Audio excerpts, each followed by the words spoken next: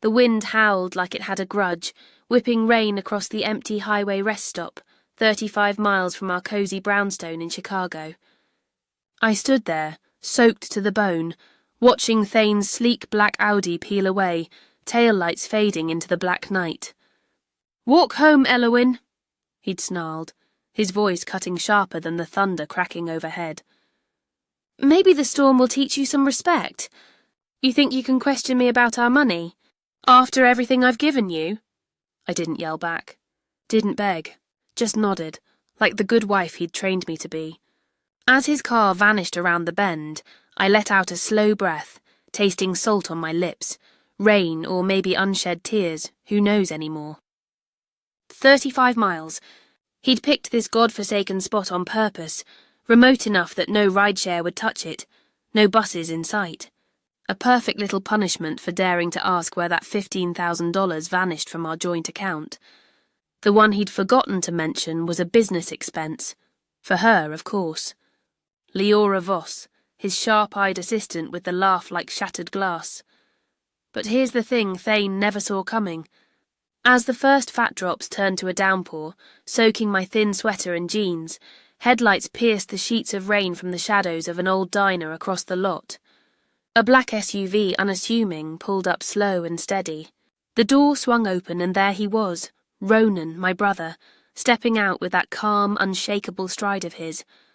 Former FBI, built like he could stare down a suspect or hug away a nightmare. He held out a heavy wool coat, the kind that smells like pine and safety. "You good?" he murmured, voice low against the gale. I slipped into the coat, finally letting a small smile crack my face. Better than good. Got every word on tape. My phone, tucked safe in my pocket, had been recording since we left the anniversary dinner at that overpriced steakhouse downtown. 3 hours earlier, we'd been toasting 5 years, crystal glasses clinking under chandelier light. Now, this. His grand lesson in control. We climbed into the SUV, the heater blasting warm air that chased the chill from my skin. Ronan glanced in the rear view, eyes scanning the dark road behind us. He's probably halfway home by now, pouring himself that 12-year scotch, thinking he's won. Smug as ever. I leaned back, wiping water from my face. Let him think that. Tonight's his last free pour. Because 10 months ago, when the first cracks started showing, whispers of hidden accounts, late nights at the office, the way he'd brush off my questions with that patronizing smile, I didn't break. I planned. Ronan helped, of course. Cameras in the house disguised as smart bulbs. Cressida Reed, the forensic accountant who could sniff out a shady wire transfer like a bloodhound. And Isolde Quinn, the divorce attorney who'd torn apart bigger sharks than Thane Caldwell. But Thane, he had no clue. No idea that the man he saw as his harmless brother-in-law had been watching him closer than shadows at dusk. Or that I'd uncovered threads pulling back to something darker, something tied to the night Dad's car went off that icy bridge 5 years back. A accident, they called it. Until now. As Ronan eased the SUV onto the back roads, rain hammering the roof like impatient fists, I closed my eyes. The storm outside matched the one I'd been carrying inside for too long. Thane thought he was teaching me about power, about knowing my place as the pretty marketing whiz who'd traded boardrooms for his kitchen. But oh, brother, this was just the squall before the real gale hit. You know, sitting there in Ronan's SUV as the wipers slapped back the rain, I couldn't help but drift back. 10 months. That's how long I'd been piecing this puzzle together, one quiet doubt at a time. It started small, like most storms do, a rumble you dismiss as distant thunder. Let me take you back, because understanding where it began, well, that's the only way to see how I found my way out. 10 months earlier, I'd been Elowyn Hale, 35, and riding high on a wave of freelance gigs for some of Chicago's flashiest ad agencies.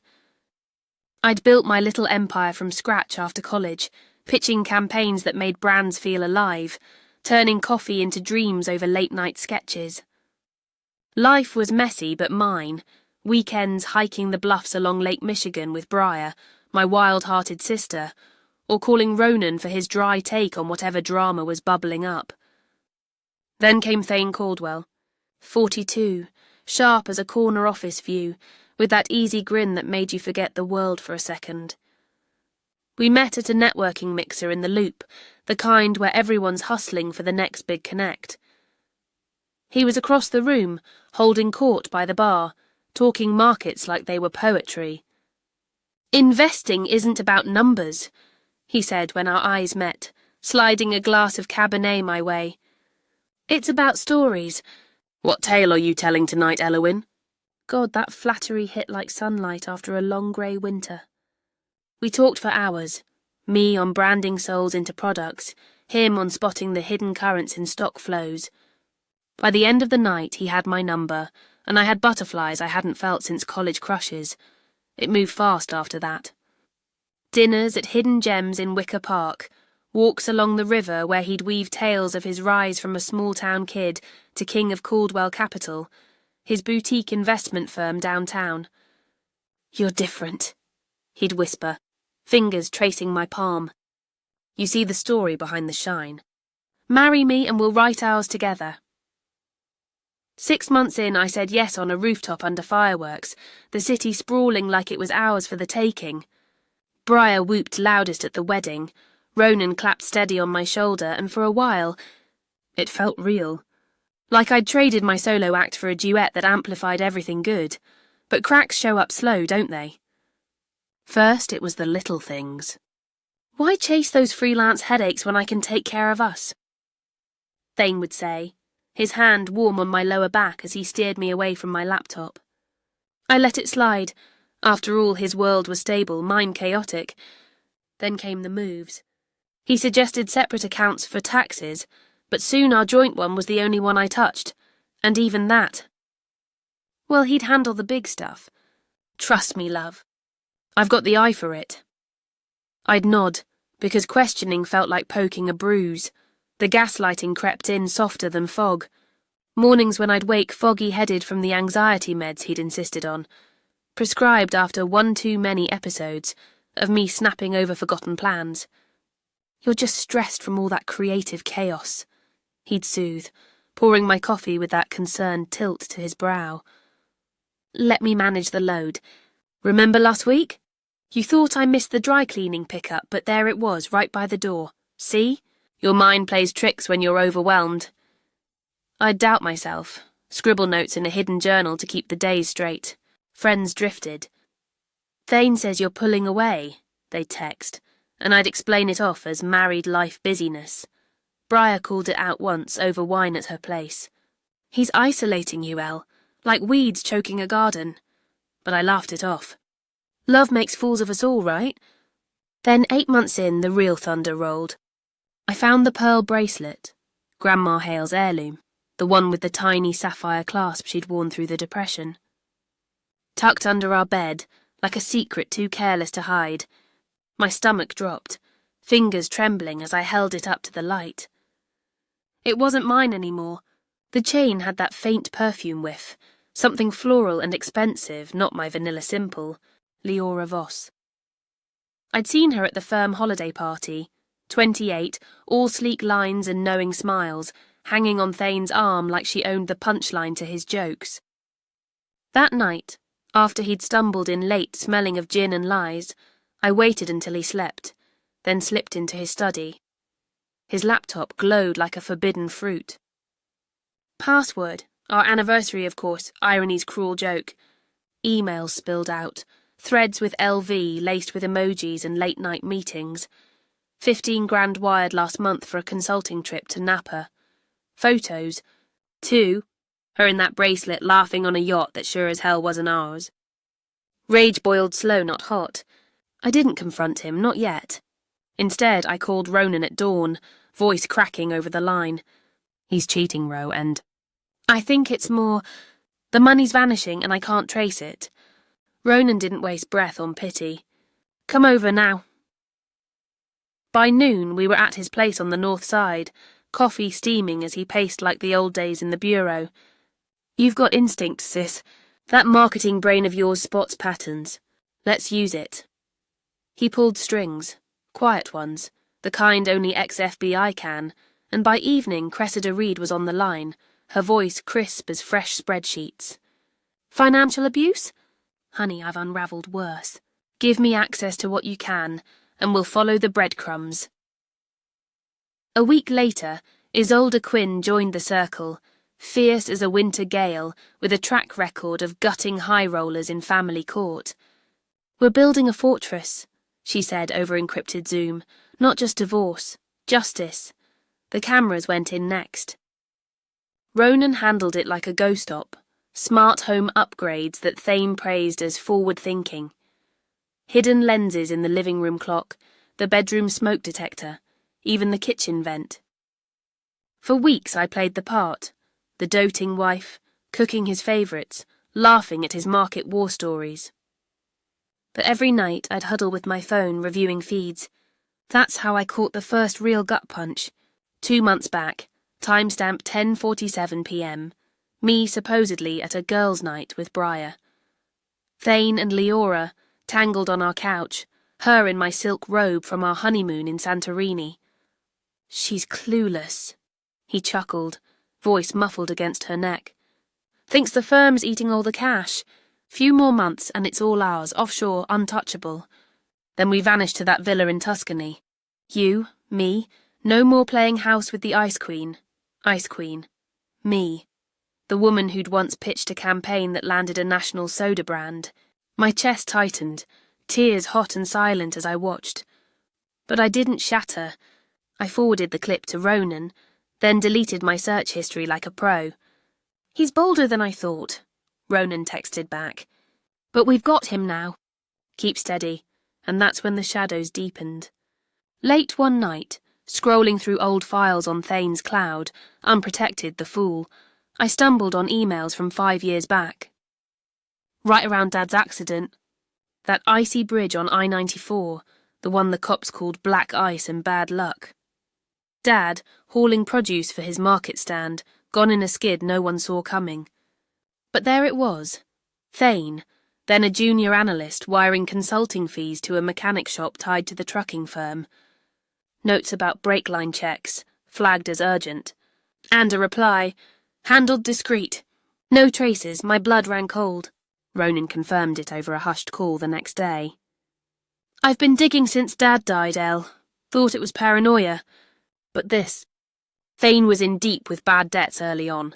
Dad loaned him start-up cash for the firm, off books. When repayments lagged, Thane got desperate. That accident? It smells staged. The pieces clicked. Thane's sudden inheritance windfall after the funeral, the way he'd swoop in as my rock, whispering, "Let me handle the grief, love." You're too fragile, fragile. The word burned, but it lit something fierce inside me too. No more. I'd been the girl who turned sketches into 6-figure deals.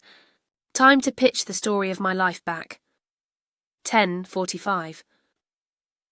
As Ronan's SUV cut through the storm-slick streets toward that anonymous hotel on the edge of town, I gripped the armrest, the weight of it all settling like rain in my lungs.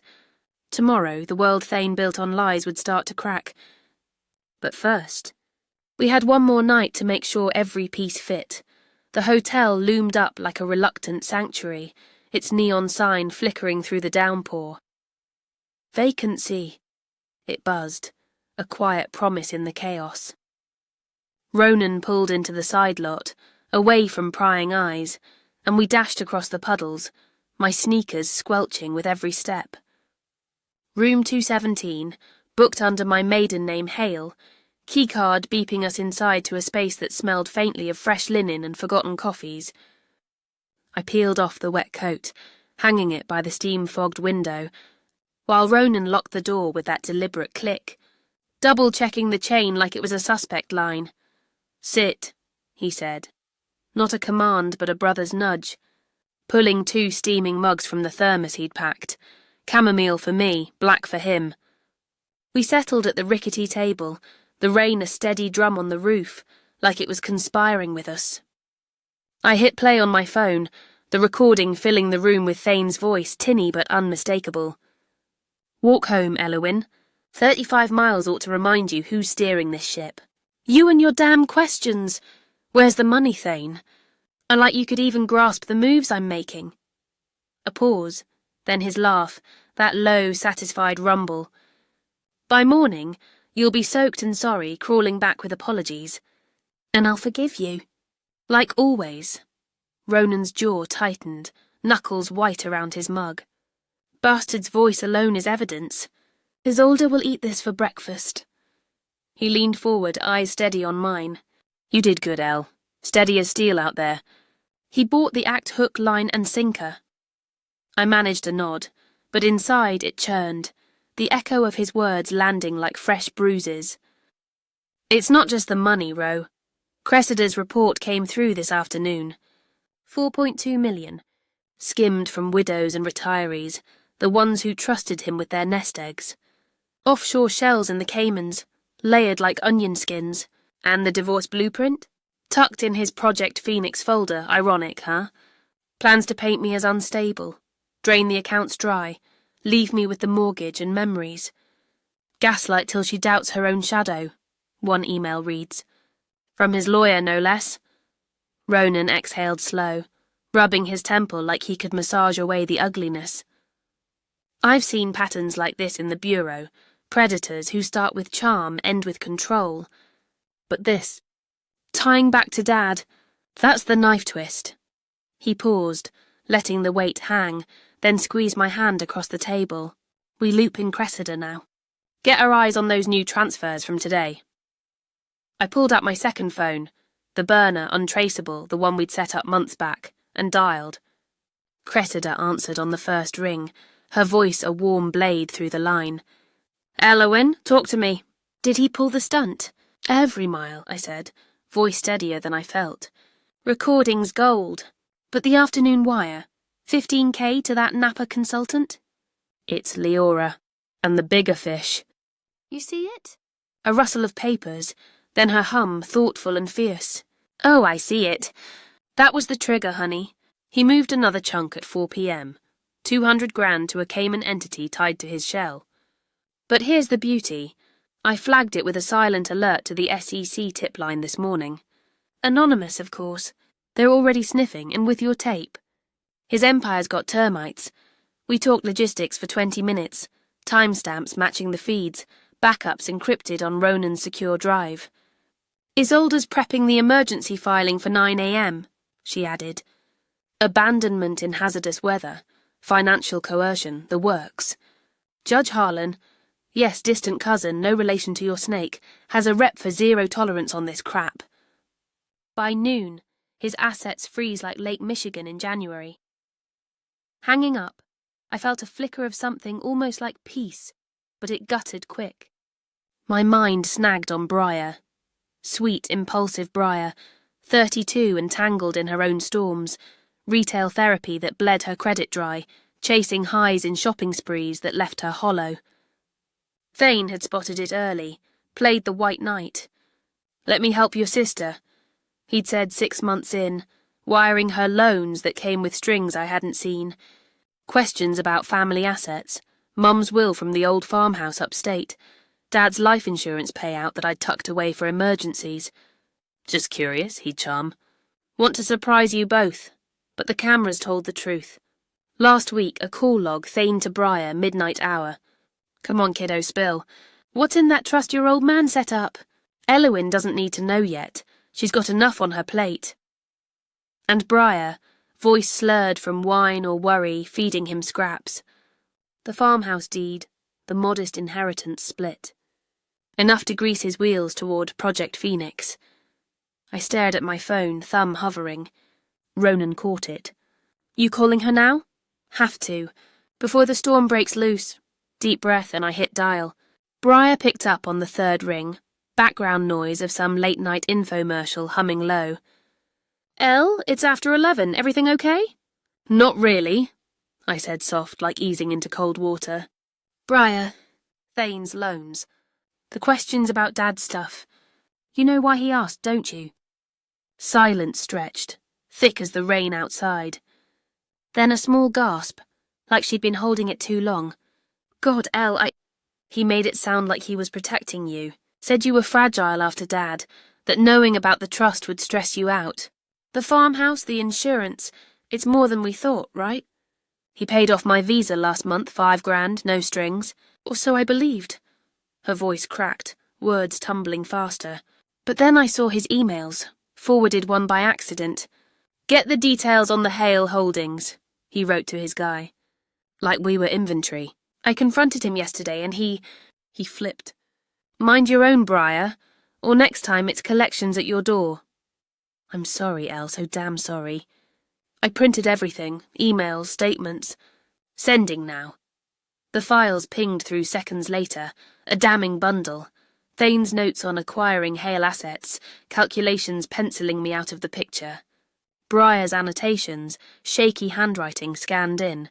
He used me. Paid my debts for dirt. Tears pricked my eyes, not anger at her, but the ache of how deep he'd burrowed, turning family into pawns. Ronan read over my shoulder, his face a mask of quiet fury. This seals it.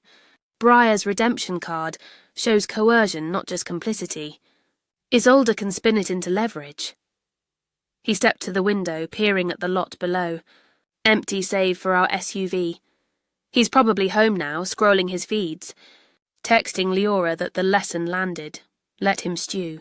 Your silence is the first crack in his mirror. I stood, pacing the thin carpet, the room feeling smaller with every lap. What if he tracks me here? The car already swapped plates this morning. And the hotel clerk? She's in on it. Old bureau contact, discreet as a vault. You'll check in alone in 10, looking like a drowned survivor. Husband left me in the storm, you'll whisper, all wide eyes and trembling lip. Camera catches it all. Incident report for the file. By morning it's narrative gold, the abandoned wife terrified and alone. I practiced in the mirror, letting the shake into my hands, the quiver in my voice. He just drove off, said I needed to learn. It felt too real, pulling at scars I thought I'd stitched. Ronan watched, arms crossed, pride flickering in his eyes. Oscar-worthy, sis. But remember, this isn't acting. It's armor. You're not the fragile one here. The call started at midnight, right on cue. Thane's ringtone slicing the quiet. That old jazz standard he loved, ironic now. I let it go to voicemail, the screen lighting my face in blue. Elowyn, baby, come on. It's been hours. The rain's brutal, I didn't mean... Look, lesson learned, right? I'm heading out to get you. Just text the spot. Click. 10 minutes later, another. Voice harder, edge creeping in like frost. This isn't funny. Your phone's on, I see the signal. Stop the games. If you're trying to make me sweat, it's working. Call back or I'm involving your brother. Briar too. We both know she's got her own messes. I documented it all. Screenshots, timestamps, forwarding to the group chat with Ronan, Cressida, Isolde. Briar texted too, her words a jumble. Elle, he's blowing up my phone. Says you're hysterical, that I need to talk you down. I told him to shove it. File sent, love you sis. Forgive? I typed back quick, always. Stay off the grid tonight. Her relief emoji landed like a hug. By 1 a.m, the barrage escalated. Thane, then his partner from the firm, even a cousin I'd met once at a barbecue. Elowyn, it's Marcus. Thane's worried sick. Said you two argued about money. Happens in marriages, right? Come home. I let them pile up, a digital tower of his unravelling. Each unanswered ring chipped at his script, the one where I always folded, always forgave with coffee and contrition. Ronan brewed fresh mugs, the steam curling like secrets between us. He's spiralling. Good. Means he's blind to the real storm brewing. We reviewed the plan one last time, me slipping out at dawn for the courthouse, him tailing discreet. You've got this, Elle, he said, pulling me into a hug that smelled of rain and resolve. Dad would say you're the Hale with the real grit. I lay awake after he left for the adjoining room, staring at the ceiling cracks like fault lines. The rain eased to a patter, but inside it thundered, The what-ifs, the almosts. What if I'd confronted him months ago? What if Dad's accident had been the wake-up I needed back then? But regrets are just rain if you let them pool. I'd chosen action instead, and as the clock ticked toward morning, with Thane's text lighting up like distant lightning, "Where are you?" "This ends now." I felt the shift. Not fear anymore, power. The kind that builds slow, then floods everything in its path. Dawn crept in grey and grudging, the storm's remnants smearing the skyline as Ronan and I huddled over laptops in the hotel's complimentary breakfast nook, oatmeal and weak coffee, props for normalcy. Cressida's update pinged first. SEC's biting. Anonymous tip verified. Agents en route to Caldwell Capital by 10. "Your offshore trails?" Ironclad. Then Isolde. "Hearing set for 11. We're the Navy. Authority without aggression." And Elowyn. "Bring your fire." This judge sees through smoke, but before we geared up, one loose thread tugged. Briar. Her files had cracked open a vein I couldn't ignore.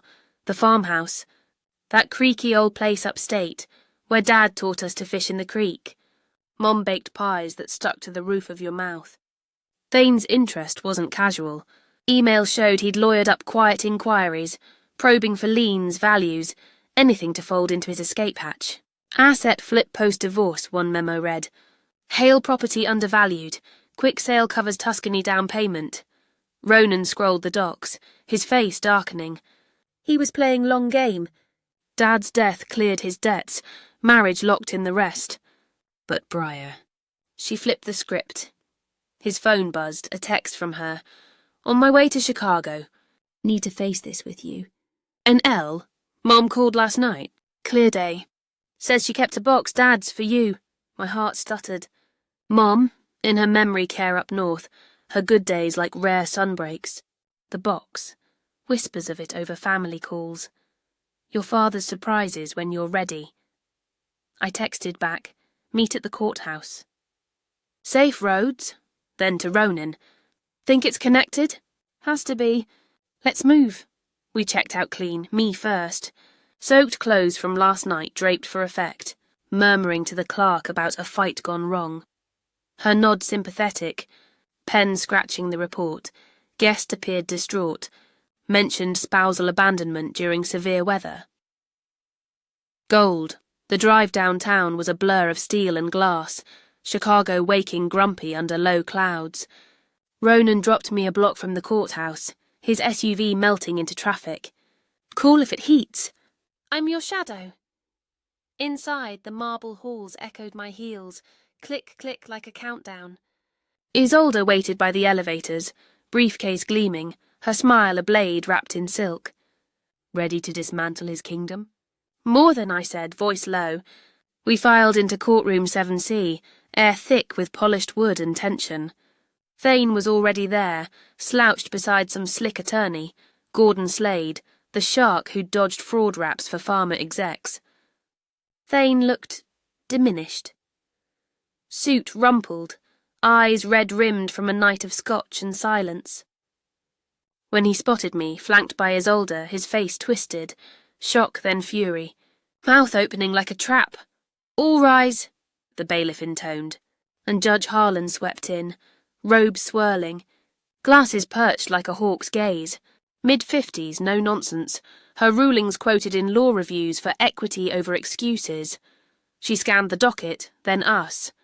Emergency petition, Hale versus Caldwell, marital assets, abandonment, alleged coercion. "Counsel, proceed." Isolde rose smooth as Riverstone. "Your Honour, last night at 8:42 p.m, Thane Caldwell deliberately stranded my client, Elowyn Hale, at a remote rest stop 35 miles from home amid a severe storm warning. Audio evidence." She cued the phone, Thane's voice booming, cold, commanding. "Walk home. Teach you respect." The room went still, his colour draining like ink in water. Slade jumped up, all bluster. "Objection, context. Marital spat, not intent." "Overruled," Judge Harlan snapped. "Play it full." The recording rolled on, Thane's barbs about paranoid questions, knowing your place. His jaw worked silent now, eyes darting to Slade, who whispered furious. Isolde pressed. Stack of docs fanned like cards. Further, Mr. Caldwell has diverted $4.2 million in marital and client funds to offshore accounts, documented here, Exhibits A through K, wire transfers, falsified ledgers, and Exhibit L, surveillance from the marital home, capturing extramarital conduct with one Leora Voss, funded by marital assets. The screen flickered, grainy but damning Thane and Leora on our couch. Oblivious. Thane half rose, voice cracking. This is edited, lies. Elowyn's unstable, always has been. After her father's accident. Isolde's tone iced over. We'll circle to that. But first, Your Honour, emergency injunction. Freeze all Caldwell assets. Grant Ms. Hale exclusive residence and interim support. Slade countered weak. Request continuance, my client's just retained me. Denied, Harlan said flat. Time's the victim here. She turned to Thane, eyes pinning him. Mr. Caldwell, did you leave your wife in perilous conditions last night? He swallowed, suit suddenly too tight. It was a moment of frustration. She had her phone, could have called. During a flash flood watch. Commendable chivalry. Sarcasm dripped. Ms. Quinn, continue. But before Isolde could, the doors swung wide. 2 SEC agents in crisp navy, badges glinting, strode in purposeful. Your Honour Harlan. Special Agent Reyes, SEC. Warrant for Thane Caldwell. Wire fraud, securities violations. Whispers rippled. Thane went ghost white, chair scraping as he stood. Slade sputtered. This is outrageous. Venue. Coordinated, Harlan cut in, gavel hovering. Proceed with your petition, Counsellor. Mr. Caldwell remains. Reyes nodded to Isolde, a subtle tip. Our tip line had landed. Then the real thunder. Ronan, subpoena in hand, called as witness. He took the stand steady, oath sworn, eyes locking on Thane like a scope. Agent Hale, retired FBI. Here on familial relation and prior investigation. He laid it out, measured. The emails, the break line checks, the debt Dad had fronted Thane pre-marriage. Mr. Caldwell orchestrated the 2020 vehicular incident claiming Mr. Elias Hale's life. Staged to erase a $50,000 obligation. Evidence. Tampered records. Witness payoffs traced to Caldwell Capital. The courtroom gasped soft. Me included, though I'd braced. Thane lunged forward. Lies! That was 5 years. Statute. Shut it! Slade hissed, yanking him down. But the damage bloomed, red and raw, on Thane's face. Judge Harlan's pen scratched furious notes. Mr. Hale, your affidavit. Ronan slid it across. Corroborated by forensics, brake fluid anomalies, inconsistent weather reports. And Ms. Hale's discovery ties it to ongoing fraud. Isolde pounced. Your Honour, this pattern, murder for money, then marriage for cover, escalates the abuse. We request full asset seizure, protective order. Slade floundered. Preposterous conspiracy theory. But then the doors creaked again. Leora Voss, dishevelled in yesterday's pencil skirt, eyes wild. I have to testify. Clark ushered her forward, oath trembling. He told me everything. The skims, the shells. Said Elowyn was collateral, crazy, controllable. And the accident? He bragged once, half drunk. Loose ends tied. I have text. Her phone out. Screen shared. Damning threads, timestamps aligning. Thane's head dropped. Whispers frantic to Slade. Briar slipped in quiet then, taking a back row seat, her nod to me fierce through tears. She'd emailed her confession overnight. Coerced intel, regret raw. I was his tool, she'd written. No more. Harlan leaned forward, voice steel. Given the gravity, fraud, abandonment, and now, homicide implications, I'm granting the petition in full.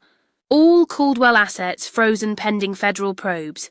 Ms. Hale awarded the residence, $20,000 monthly support, and a 500-foot restraining order.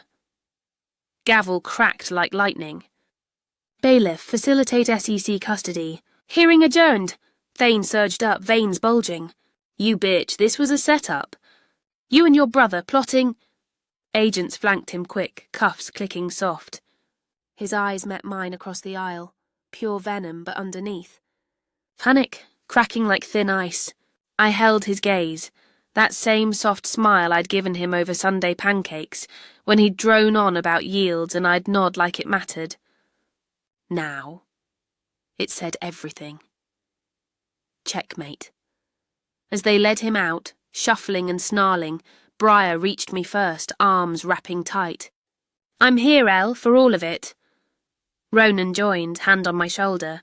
Family, whole again. Isolde gathered her briefs, grin wolfish. That's phase 1. Civil suits next. And the feds? They'll bury him. Outside, the clouds parted just enough for slivers of blue, rain scent lingering like a promise kept. Thane's world had flooded. Mine. Just beginning to clear. 4 months blurred by in a whirlwind of depositions and headlines, Chicago's financial district buzzing with the Caldwell collapse like bees on spilled honey.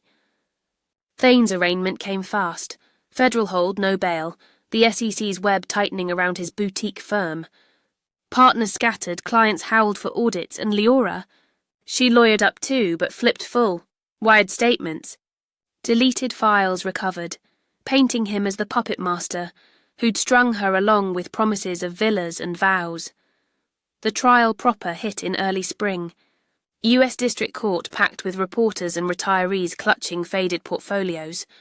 I sat front row, navy suit crisp, the one Thane once called too severe for a lady, flanked by Ronan and Briar, Isolde a sentinel nearby. Cressida consulted pro bono now, her spreadsheets the prosecution's spine.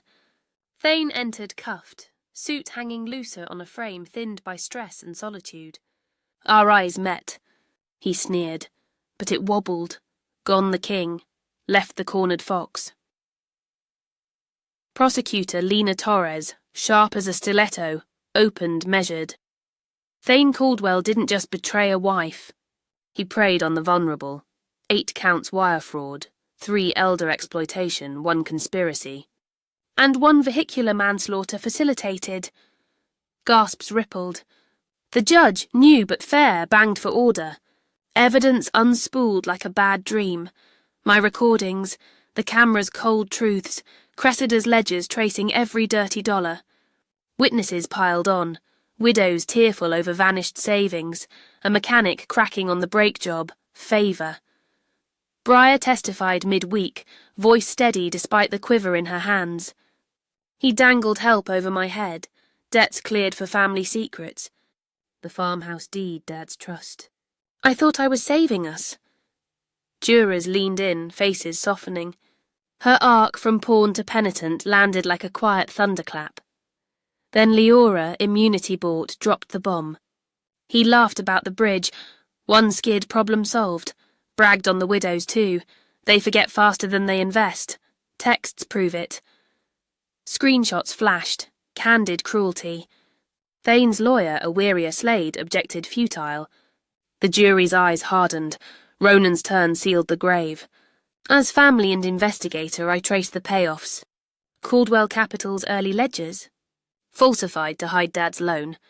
The accident cleared it. Insurance payout funneled back. Artifacts surfaced. Dad's old truck manifest. Brake residue reports Cressida had exhumed. Thane squirmed, whispers frantic, but the noose cinched. He took the stand himself, folly, pure. Elowyn knew. He spat, pointing like accusation. The fragile wife playing victim. Those meds? She popped 'em willingly. Cross came swift. Torres replayed his own voice, gaslighting me into fog. And the accident, Mr. Caldwell? Just bad luck? He blustered. Debt coincidence Leora misunderstood. But cracks showed, sweat beading under lights. Deliberation. 2 hours. Guilty on all, the foreman's voice steady as stone. Sentencing followed swift, judge's gavel final, 10 years no parole. You traded trust for tyranny, Mr. Caldwell. Pay the toll. Shackles clinked as they hauled him. his parting glare. Hollow now, a man adrift in the deluge he'd unleashed. Whistleblower check cleared weeks later, 1.5 million, seed for what came next.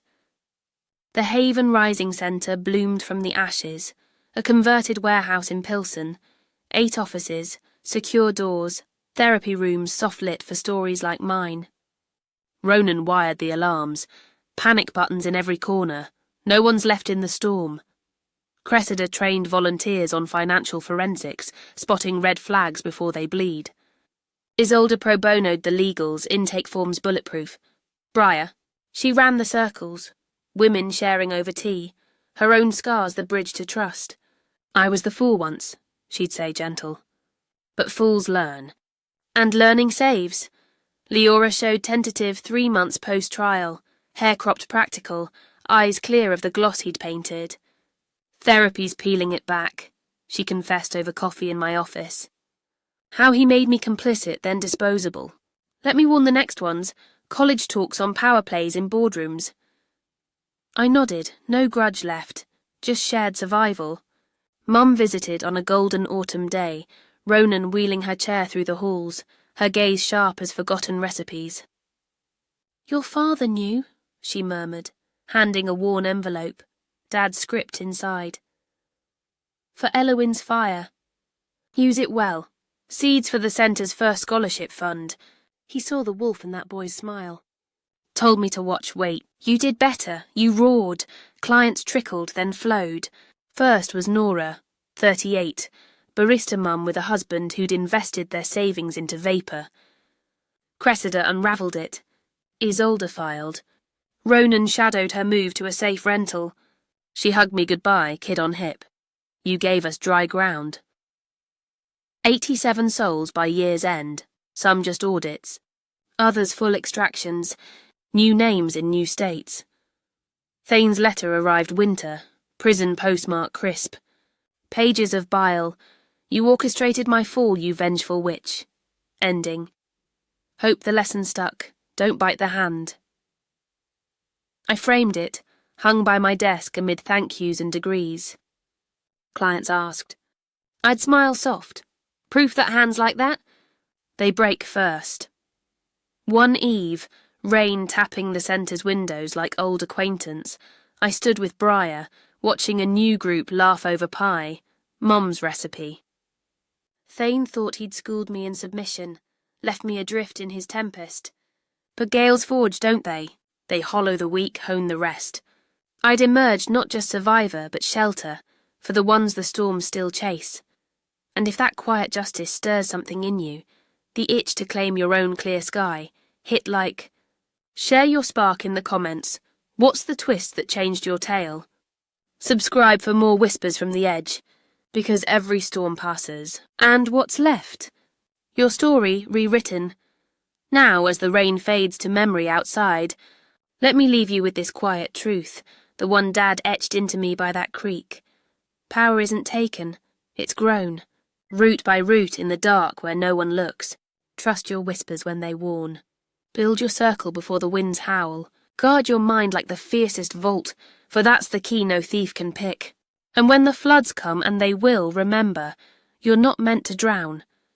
You're meant to rise carrying others with you. That's the real lesson, the one that echoes longest.